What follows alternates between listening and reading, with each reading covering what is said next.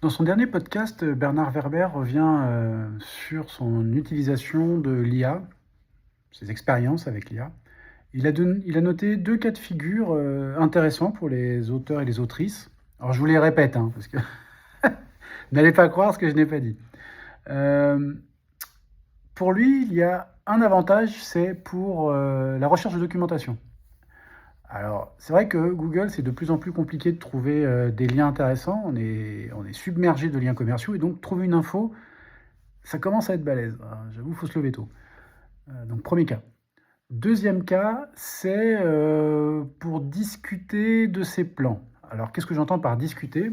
C'est-à-dire que quand il va travailler sur le plan d'une de ses œuvres, il va pouvoir la partager avec une IA et lui demander bah, est-ce que les personnages sont équilibrés? Est-ce qu'il y a du pâté dans le bouillon?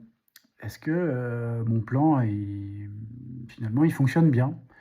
Et apparemment, dans ces échanges que lui a relevés, des fois, il y avait des remarques pertinentes.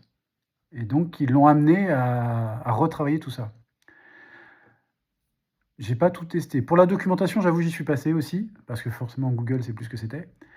Pour les plans, bah, moi, j'en fais pas. Je suis plutôt team jardinier, donc je m'en fous.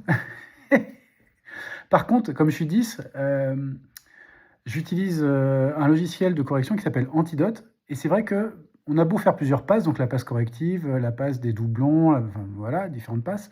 Et il reste quand même toujours des trucs. Et c'est vrai que des fois, te dire, tu sais quoi, je vais mettre ce fichier et lui demander de me lister toutes les erreurs. Et ben des fois, il trouve des trucs que j'avais pas vus. Par exemple, des switches de lettres dans des prénoms, des trucs comme ça, c'est typiquement mon erreur. Ou parfois des mots inversés dans une expression, ça aussi, c'est typiquement moi. Donc bon, ça, voilà. Donc ça, oui, je valide. En dehors de ça, il dit une autre chose que je valide vachement, il dit ne l'utilisez pas pour écrire, parce que faut pas que ce soit elle qui écrit, il faut que ce soit vous. Parce que si c'est pas vous, vous n'allez pas muscler votre jeu en fait. Vous n'allez pas devenir un meilleur auteur ou une meilleure autrice. Vous allez juste être l'assistant de l'IA en fait, son correcteur. Et donc ça, c'est pas le but. Le but, c'est que vous vous améliorez. Voilà, c'est tout.